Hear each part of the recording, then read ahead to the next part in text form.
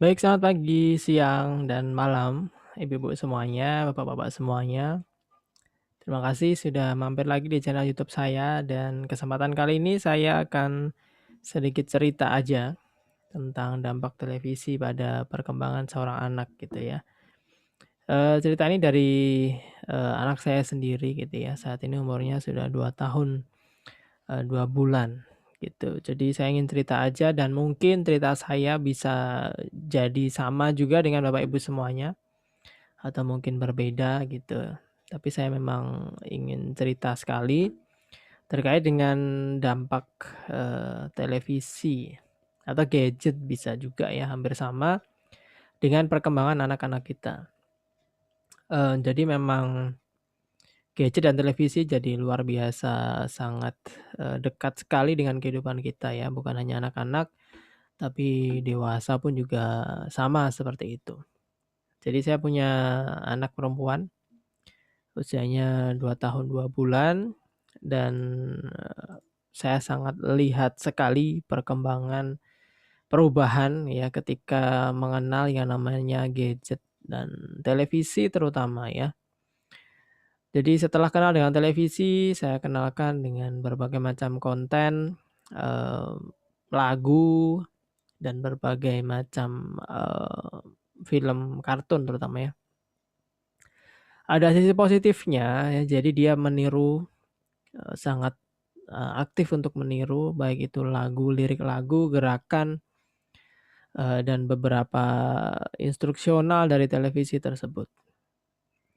Cuman beberapa minggu belakangan ini, anak saya ini, jadi acuh ya, kadang-kadang kalau sudah stay di depan TV atau, di depan HP sudah sangat acuh dengan lingkungan, kadang dipanggil tidak noleh gitu ya, eee, sudah sangat serius gitu.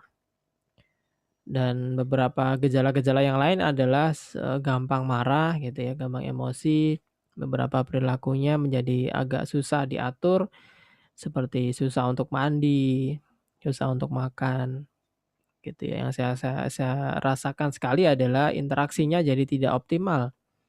Biasanya mau diajak baca buku, bercerita, kemudian, bermain dengan saya kalau malam menjelang tidur. Kemudian kalau telepon atau video call dengan, utinya yang ada di Solo biasanya mau, melihat ke layar HP, mau tersenyum atau sekedar bersuara. Tapi setelah kenal televisi menjadi, tidak bisa gitu ya, tidak mau diam dan tidak, agak susah ya.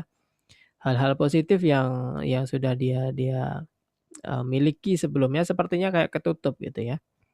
Sepertinya kayak ketutup ya. Kemudian setelah kami analisa ternyata memang dari televisi gitu ya. Ya sebagai orang tua yang bekerja juga, istri saya bekerja gitu ya. Pekerjaan rumah juga lumayan, sehingga ketika anak menonton menonton televisi itu menjadi tenang gitu ya. Kita bisa, sambil mungkin menyetrika, mungkin menyapu atau mengepel lantai dan seterusnya, kita jadi aman di situ ya, kegiatan atau pekerjaan rumah kita jadi tangani dengan baik gitu. Karena kita merasa bahwa anak kita sudah diem dan nyaman dengan televisi. Dan ternyata tadi efeknya sangat luar biasa gitu ya.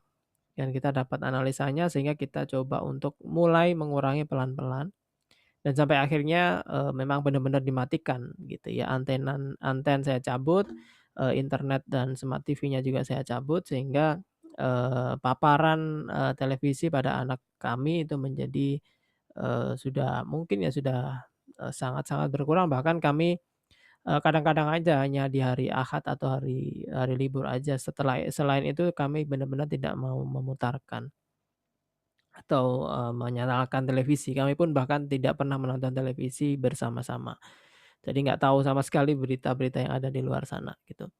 Dan memang dampak positifnya sudah sangat terlihat gitu ya ketika anak saya sudah benar-benar, diet dan bahkan tidak menonton televisi sama sekali, interaksinya jauh lebih bagus gitu ya. Kalau saya pulang dia sudah menyambut di depan pintu, sudah teriak-teriak kesenangan, teriak-teriak kegirangan gitu ya, kemudian ngajak main, bisa berinteraksi, ngajak petak umpet, bisa kembali membaca buku, dibacakan cerita dia mau, ya. Kemudian kita kasih beberapa pertanyaan terkait buku yang sedang dia baca, dia ngerti. Dan ketika OT-nya telepon dari Solo juga dia lebih aware ya, dia, mau melihat ke layar HP sambil, menunjukkan kucingnya ya, melihat, OT-nya juga, ada tertawanya dan sebagainya. Jadi interaksinya jauh lebih muncul ketika tidak ada orang ketiga atau pihak ketiga yang disebut HP atau televisi tadi, gitu. Jadi cerita ini bisa jadi pelajaran buat kita semuanya, mungkin saja ini sama dengan yang dialami Bapak Ibu semuanya, atau mungkin juga tidak sama. Mungkin ada yang memang dengan televisi anak jauh lebih pintar ya, lebih bagus perkembangannya, tapi ada juga yang enggak. Jadi saya kembalikan kepada semuanya, Bapak Ibu yang sedang melihat video ini, mungkin aja sama, mungkin aja tidak. Jadi saya tidak berani menghakimi juga bahwa televisi itu jelek atau HP itu jelek gitu ya. Nanti akan saya coba share-kan bagaimana cara triknya. Itu cerita sekilas yang akan saya sampaikan dan beberapa hal analisa dari sisi ilmu neuroscience atau perkembangan anak yang mengarah ke atau melihat sistem perkembangan saraf pada anak lah ya. Ketika seorang anak itu ditinggal dan menonton televisi sendiri atau memegang HP sendiri dengan asiknya, maka yang terjadi adalah kegiatan yang sedang dia lakukan adalah, kegiatan yang tidak real gitu ya. Kenapa tidak real? Ya karena dia tidak hidup di dunianya gitu. Jadi dia sedang hidup ada di dunia lain yang dia sukai, yang namanya televisi atau HP. Ya dia punya enjoy di situ gitu ya, dia masuk dalam dunia yang baru dengan stimulasi dan, struktur dan, tampilan yang berbeda dengan dunia aslinya. Padahal dia sehari-hari kan tidak hidup di televisi ya, dia hidup di masyarakat, di keluarga, yang di situ ada keluarga, ada orang lain, ada mainan-mainannya. Kalau diajak keluar rumah juga banyak sekali orang yang berbeda sekali dengan di televisi gitu ya, yang harus diajak berinteraksi gitu. Jadi televisi dan HP itu menjadi tidak real, bukan bukan, harfiahnya manusia ada di situ gitu ya, harfiahnya kita kan berinteraksi dan bersosialisasi gitu. Jadi ketika terlalu lama melihat televisi atau berada di depan televisi tanpa pendampingan, penjelasan dari orang tua, ya maka yang dimemorikan pada otak anak tersebut adalah hal-hal yang tidak real dan itu semuanya menyenangkan gitu ya. Kartun gitu ya, hal-hal yang membuat anak senang, dia ketawa sendiri, ya dia menerjemahkan semua input itu dengan, bahasanya sendiri bahwa, "Oh ini sangat menyenangkan, sangat enjoyable," gitu ya. Padahal itu adalah kesenangan yang semu, yang artinya ketika anak nanti TV itu mati, HP mati, dan dia berinteraksi dengan lingkungan di sekitarnya, maka dia akan merasa kesulitan. Ya, dia akan kesulitan mengontrol semuanya ya, regulasi dirinya, stresornya, kan berbeda. Antara dia berinteraksi dengan orang asli yang harusnya dia temui setiap hari dengan di televisi pastinya berbeda. Makanya anak-anak yang memang, seperti anak saya yang terlalu banyak, menonton televisi ketika TV mati, HP mati, dia bingung berinteraksi dengan kita semuanya gitu ya. Yang awalnya menyapa, awalnya mau berinteraksi dengan membaca buku, awalnya mau bernyanyi bersama, itu menjadi kayak tertutupi gitu ya.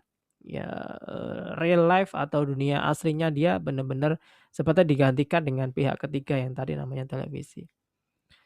Di televisi juga tidak ada interaksi yang dua arah gitu ya. Kalau kita bermain dengan orang tua dengan anak itu ada interaksi dua arahnya, atau anak berada di PAUD ya atau penitipan di mana ada interaksi dengan orang-orang di sekitarnya, ya itu bagus.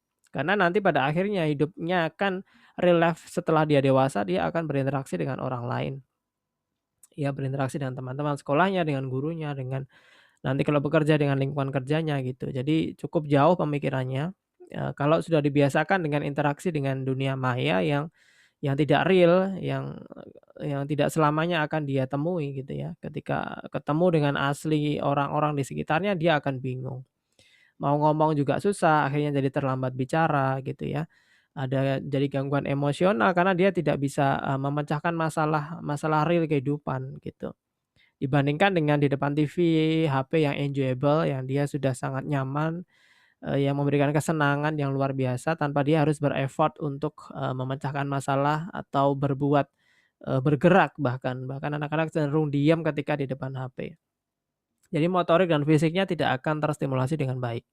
Padahal anak-anak di bawah 5 tahun itu butuh stimulasi motorik dan gerak untuk pertumbuhan tulang, ototnya, bahkan nanti untuk interaksi, untuk bicara, untuk konsentrasi dan seperti yang lain-lainnya. Jadi ketika ada problem ini di fase awal, maka tumbuh kembangnya atau perkembangannya pun nanti, sedikit banyak ada permasalahan. Entah entah gangguan bicara, gangguan interaksi, gangguan problem solving, gangguan motorik halus dan sebagainya. Jadi perlu dipertimbangkan kembali, dan bisa aja ini nggak sama dengan apa yang Bapak Ibu alami ya, bisa aja tidak sama, gitu ya. Jadi saya tidak memaksa untuk mengiyakan 100%, tapi saya ingin memberikan konsep dan gambaran secara, telaah ilmu, perkembangan syaraf aja. Jadi begitu dampak buruknya dan apa yang harus dilakukan sebaiknya bagaimana gitu ya. Kalau toh anak harus dipapar dengan televisi atau HP ya sebaiknya didampingi ya, dijelaskan ini apa, ini bagaimana gitu ya. Dan juga tidak boleh terlalu lama ya. Ya itu tadi, real life-nya anak itu ada di lingkungan sekitar. Jadi sebaiknya ya dia dikenali dengan lingkungan di sekitarnya. Ya dengan keluarganya, dengan lingkungan di luar rumahnya, dengan permainan yang sangat banyak macamnya dan bisa kita create sedemikian rupa gitu ya, dengan lingkungan aslinya. Bagaimana sih cara berlari, menginjak rumput, bagaimana cara, bermain basah-basahan dengan air gitu ya. Sehingga anak punya banyak sekali pengalaman sensori atau panca indera. Di mana panca indera itu menjadi pintu gerbangnya untuk stimulasi ke otak anak. Jadi ketika panca indera itu hanya digunakan menonton dan menonton saja, tidak ada aktivitas yang lain, ya tidak akan berkembang dengan maksimal. Ya kita masukkan anak di real life-nya dia ya, real life-nya adalah bermain, eksplorasi gitu ya, dengan berbagai macam, sensori atau panca indera. Dari suara, dari warna, dari bunyi, dari, sentuhan tangan, dari bergerak, lari, lompat, loncat. Sampai dengan interaksi dengan orang-orang atau anak-anak sebayanya itu sangat penting sekali. Ya, atau kita sebut dengan stimulasi multisensori. Sensorinya harus masuk semuanya, tidak hanya satu sisi, yaitu mata aja untuk melihat HP atau televisi. Ya, sehingga, ini nanti bisa jadi bahan perenungan untuk kita semua termasuk saya bahwa memang anak itu butuh yang namanya interaksi, butuh perhatian, bukan hanya diberikan benda pasif yang disebut TV atau HP yang, terlalu banyak memapar anak kita dengan hal-hal yang enjoyable, yang menyenangkan ya. Anak tidak pernah ditantang dengan hal-hal yang tidak menyenangkan, seperti jatuh di taman, naik turun, perosotan, naik turun tangga, atau bermain basah-basahan dengan air. Itu semua adalah tantangan-tantangan panca indera yang harus diberikan, supaya perkembangan otak jauh lebih baik, gitu ya. Kalau ibu atau bapak mengalami permasalahan yang sama dengan saya, bisa dicoba untuk mulai diet televisi ya. Semua matikan aja ya, kabel-kabel dilepas atau bahkan televisinya disembunyikan. Ketika kita mau pegang HP, sebaiknya agak sembunyi atau menunggu anak tidur supaya tidak, anak tertarik dengan HP juga. Jadi insya Allah dengan melakukan hal itu nanti anak jauh lebih interaktif, perkembangannya jauh lebih bagus, kita jauh lebih punya banyak waktu bermain dengan anak, stimulasi dengan berbagai macam cara, interaksinya jauh meningkat, ya bahasanya pasti akan keluar dengan sendirinya kalau kita sering mendampingi anak, bermain dengan anak, menantang anak dengan berbagai macam, input sensori atau panca indera di sekitar kita. Oke, begitu video untuk kesempatan kali kali ini ya. Kalau ada komen, silakan bisa ditulis di bawah. Jika bermanfaat bisa di-share ke Bapak, Ibu, teman-teman semuanya ya. Terima kasih kalau ada kesalahan, kekurangan datang dari saya. Kalau ada kelebihan datang dari Allah Subhanahu wa taala ya. Kita ketemu lagi di video-video edukasi selanjutnya. Terima kasih. Wassalamualaikum warahmatullahi wabarakatuh.